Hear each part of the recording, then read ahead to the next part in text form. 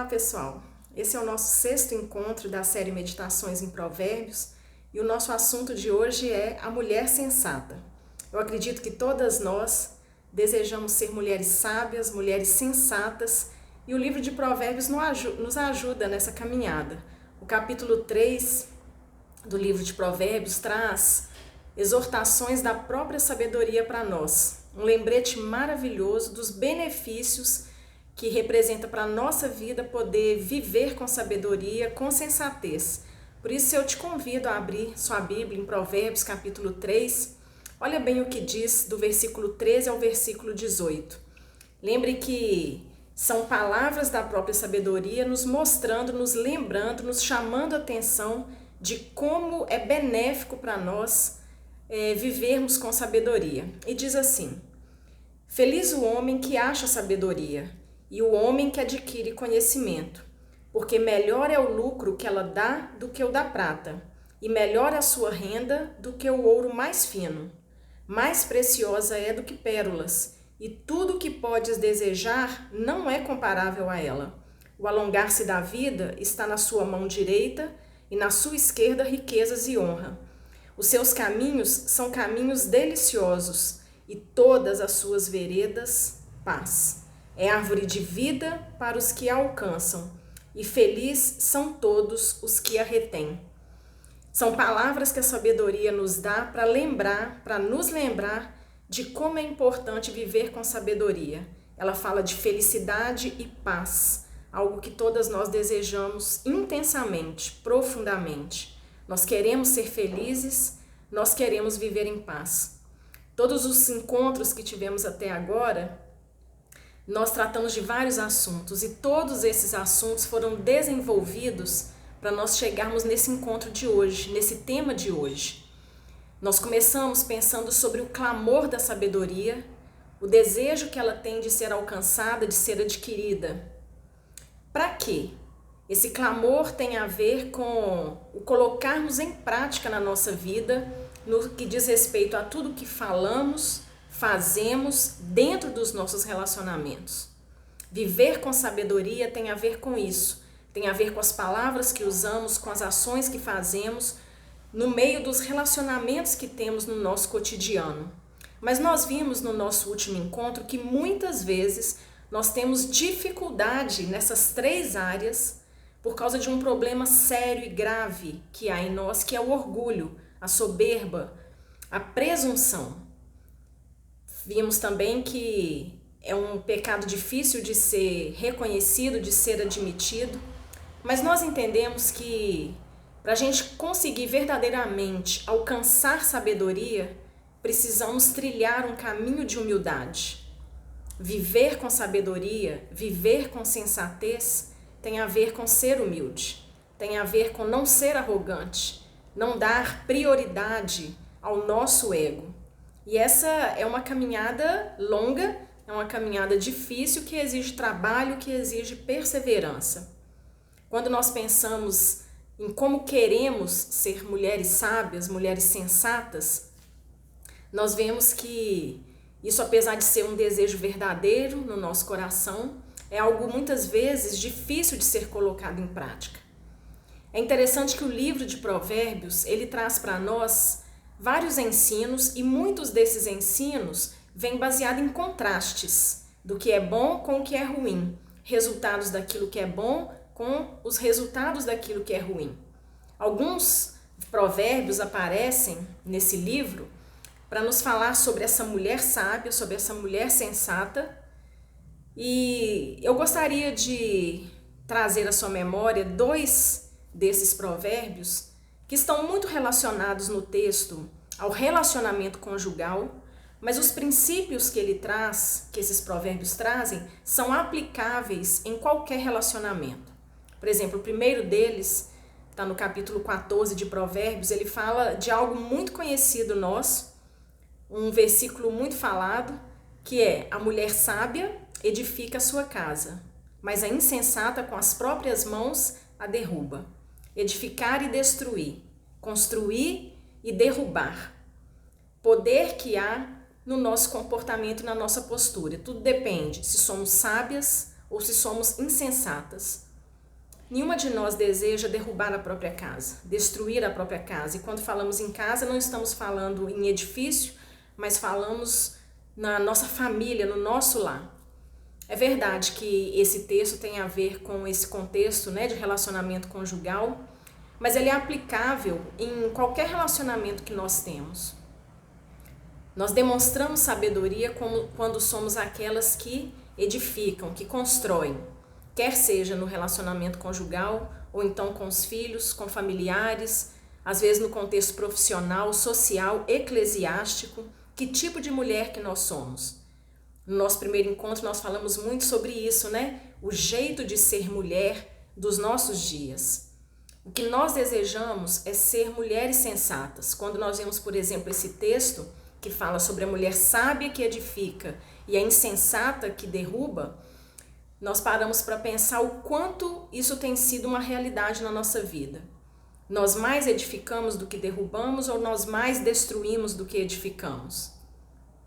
É importante a gente pensar nisso e considerar isso porque, como eu disse, não é desejo de ninguém destruir nada. Mas nós fazemos isso. E por que fazemos isso?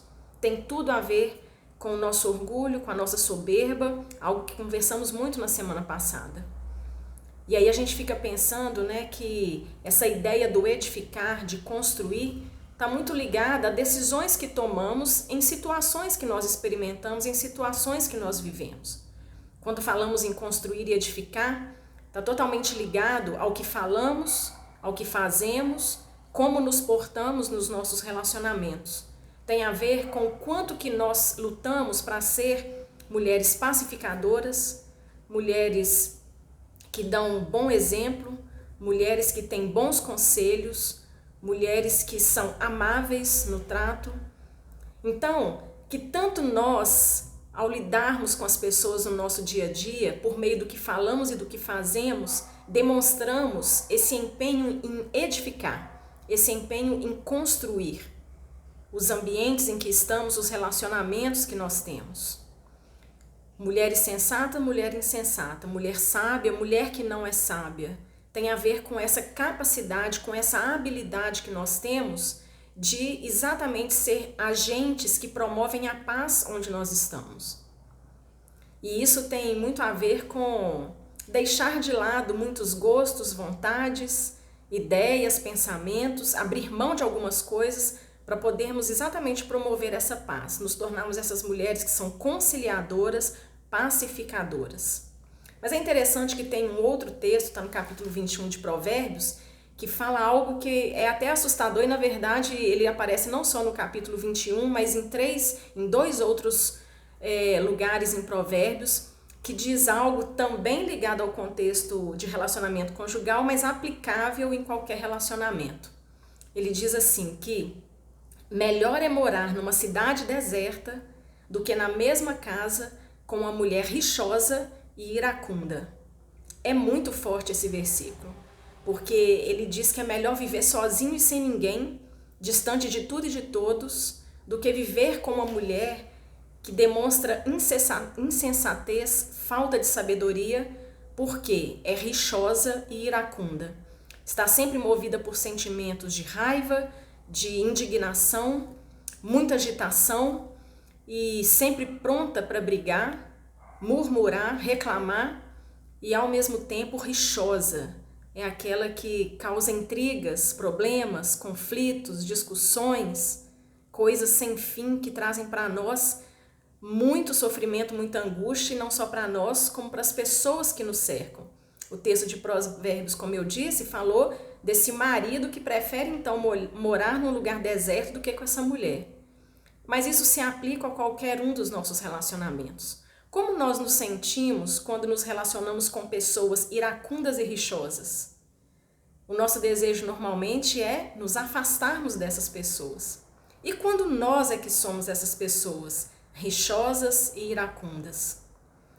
Isso é algo para nos ajudar a pensar, porque em palavras que nós já tivemos em outros encontros, nós vimos que muitas vezes nós até mesmo consideramos como algo bom e benéfico nos comportarmos como essas mulheres que falam tudo o que pensam, o que sentem não leva desaforo para casa. Mas nós também conversamos várias vezes, chegamos à conclusão de que isso, na verdade, não é uma vantagem, não é um benefício, é, na verdade, um prejuízo, tanto para mim quanto para o que está comigo, para o que convive comigo. E isso tem a ver com o texto que nós lemos, porque a sabedoria nos faz pensar e lembrar de que é muito melhor ter a sabedoria na nossa vida do que viver dessa maneira, sem sabedoria, com insensatez, sendo essas pessoas que falam tudo o que dizem, o que sentem, o que pensam e que agem de forma imprudente em toda e qualquer situação. Isso tem a ver com o texto que nós lemos porque, como eu disse, Provérbios traz contrastes. Nós vemos aqui dois textos de coisas ruins, né? A mulher insensata que destrói, a mulher rixosa e iracunda que promove afastamento. Coisas ruins que demonstram a nossa falta de sabedoria. E o texto que nós lemos no capítulo 3, ele fala de felicidade, de paz e fala de árvore de vida. Essa expressão é maravilhosa, porque ela tem a ver com algo que produz, algo que dá vida, que representa esperança. É coisa boa para nós. Todos nós almejamos e desejamos viver em paz. Todas nós desejamos deitar a cabeça no travesseiro e não se sentir em dívida com Deus, nem com as pessoas, nem conosco mesmo. Nós queremos deitar para dormir e descansar em paz, porque nós não nos sentimos culpados em relação a nada, devedores em relação a nada. Não temos coisas a acertar e consertar. Essa felicidade, essa paz que nós tanto almejamos, ela está totalmente ligada a essa ideia da sabedoria. E parece que não combina muito, na verdade, porque a ideia que prevalece nos nossos dias é a de que a pessoa que se posiciona, ou quanto mais ela se posiciona, mais feliz ela é, mais realizada ela é. Mas na prática nós sabemos que não é assim. Essa ideia de se posicionar sempre em relação a tudo, em relação a todos os problemas e assuntos, é na verdade um alimentar o nosso ego para nos fazer acreditar que somos muito importantes e temos boas ideias que o mundo inteiro precisa ouvir. Enquanto precisamos aprender um caminho de maior humildade, de entender que todos nós temos o nosso valor sim, somos importantes sim, mas não mais do que ninguém. Nunca mais do que os outros. E esse é um caminho e um trabalho difícil de ser realizado, de ser desenvolvido. Nós precisamos pensar e ter sempre em mente duas frases interessantes que eu tenho carregado comigo nos últimos anos, meses, né, que tem me ensinado muito, me feito lembrar de coisas importantes que dizem respeito a essa sabedoria que precisa estar presente em nós. Primeiro, é mais importante ou é melhor ser feliz do que ter razão. Porque muitas vezes na nossa luta para mostrar que temos razão, nós nos tornamos infelizes. Por quê?